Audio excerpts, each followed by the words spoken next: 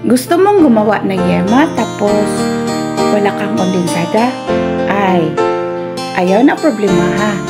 Sagot kita. Kaya samahan mo ako magluto.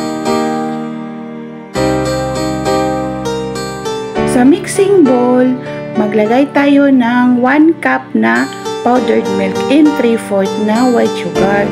Pero kung gusto mo na 1:1, pwede rin man. Tapos halo-haloin para mamix na ng charis. Pagkatapos, punta naman tayo sa ato ang kinakusgan nga pan. Magbutang ta og 1 cup na water og 2 tablespoon na butter. Dili na margarine ha, butter jud na siya, di pwede ang margarine. Tapos sulato na to nga matunaw.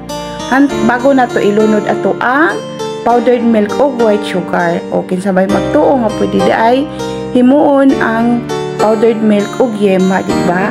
Maskin ako dili ko katuo pero pwede di ay. Sigihan lang nato nag-ukay para paspas siya matunaw. Ayan, dahan-dahan po na to ibuhos ha, dili po ibidla. Hinay-hinay lang jud, hinay-hinay para dili magtibugol, magbuo-buo ba. Dili jud na nato undangan og ukay hantod na mas sticky na siya. Pero mga mamshi, pwede ra manggod nga gamayon lang nimo ang tubig para mas paspas kay dali ra man maluto ang gatas baya no. So pwede nimo to bawasan ang 1 cup nako, pwede to nimo himuon na 1/2 cup para dili ka madugay diha sa sige ukay-ukay basin mapulan ka. Sa mas pagpuol nimo sa ko at charis.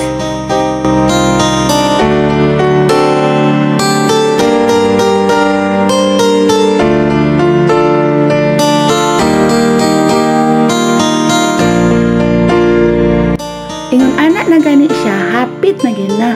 Munang agwantahan lang gid sa magsiukay-ukay ha, pasensya lang gid sa kadiha. Sama sa pagpasensya pod nimo sa iya charis. O di ba parang kondensada, sinong mag-akala na powdered milk lang yan in white sugar, di ba? Tapos pabugnawon sa nato na ha, bago nato na kamkamon kay sure bulyog ko nga mapasok ato ang kamot dira mga pasnit.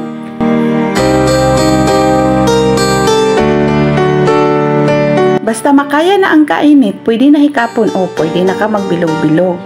Pwede pod nimo siya ipagulong sa white sugar or sa white sugar na powder or sa desiccated na coconut, pwede rin. Pero kung gusto ka nga mas gwapa tapos itinda nimo mas gwapo na, mas maganda yung water cellophane.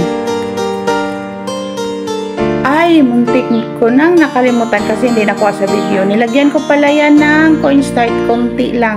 Tinunaw ko muna sa tubig, dandahan ko nilagay. Mga mamsi, huwag kalimutan lagyan ng cornstarch. O sige na, may na-share na naman ako sa inyo. Salamat po sa inyong lahat. Salamat sa inyong suporta. Bye-bye, ingat po kayo palagi.